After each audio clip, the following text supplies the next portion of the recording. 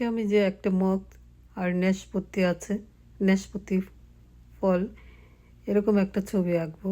প্রথমে আমি মগটা এঁকে নিচ্ছি।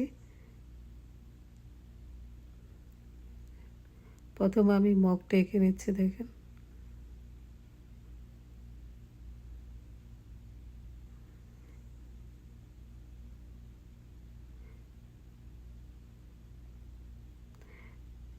একটু বাঁকা হচ্ছে ছবিটা, যেহেতু আমার ক্যামেরাটা ঠিক মতো বসে নাই। আমি পরে আবার ঠিক করে নিব। দেখেন, পরে ঠিক করে নিচ্ছি, আস্তে আস্তে করে ঠিক করে নিচ্ছি। তারপর আমি এই ফলটা আঁকবো, নাশপাতিটা আঁকবো। এঁকে নিচ্ছি, ড্রয়িংটা করে নিচ্ছি। দুইটা সার্কেল দিলেই নাশপাতি হয়ে যায়, একটা বড় একটা ছোট। দেখেন, সার্কেল দিয়ে আমি নাশপাতিটা এঁকে ফেললাম। কত সুন্দরভাবে, ইজিভাবে হয়ে গেল। এখন আমি কালার করছি। আমি কালারের মগটা ডিজাইন করব কালার দিয়ে। দুইটা রং আমি এখানে দিব, একটা ডিপ সবুজ আর একটা লাইট সবুজ। আর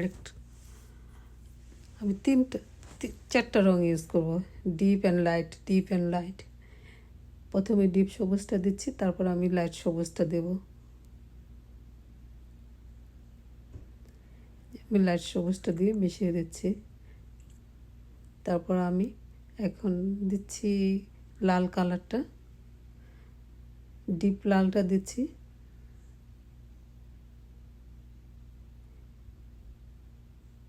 একই রং,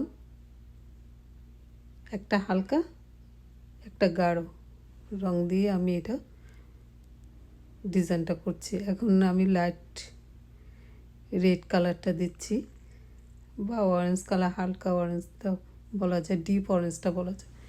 এখন আমি মগের মুখটার মধ্যে আমি খয়েরি রং দিয়ে দিচ্ছি একটু। তারপর পেন্সিল দিয়ে আমি ভিতরের সাইডটা একটু টেনে দেব।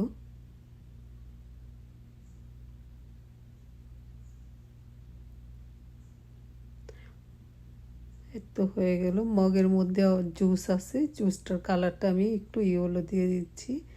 তারপর একটু অরেঞ্জ কালার দিচ্ছি, সামান্য পরিমাণে অরেঞ্জ কালারটা দিয়েছি। এখন মগের হাত দিয়ে যে ধরে কফি টফি বা জুস খাই, ওই জিনিসটা আমি হালকা সবুজ কালারটা দিয়েছি, তারপর ডিপ সবুজ কালারটা দিয়েছি ভিতর অংশ।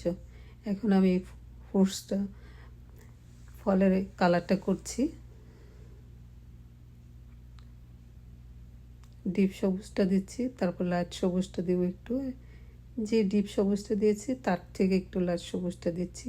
লাইট সবুজটা দিয়ে মিশিয়ে দিচ্ছি। এখন একদম লাইট, যেটা টিয়া কালার বলি, বা একদম লাইট সবুজটা পাতা কালার বলি, যেটাই বলি আমরা, ওই রঙটা দিয়ে এখন এগুলো দিয়ে মিশিয়ে দিলাম। এই বটুটার মধ্যে আমি পেন্সিল দিয়ে একটু টেনে দিচ্ছি। এখন আমি বর্ডার করে দেব, বা আলো ছায়া পড়েছে এরকম আমি পেন্সিল দিয়ে টেনে টেনে করে দিচ্ছি। দেখেন,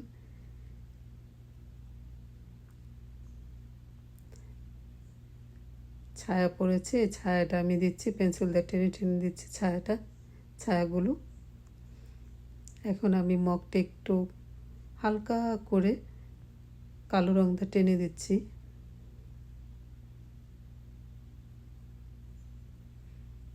এবার হালকা করে টেনে দিতে হবে, বেশি ডিপ করা যাবে না। আমি এইখানে আর একটু ডিপ করে, এইভাবে আমার কালার করা শেষ।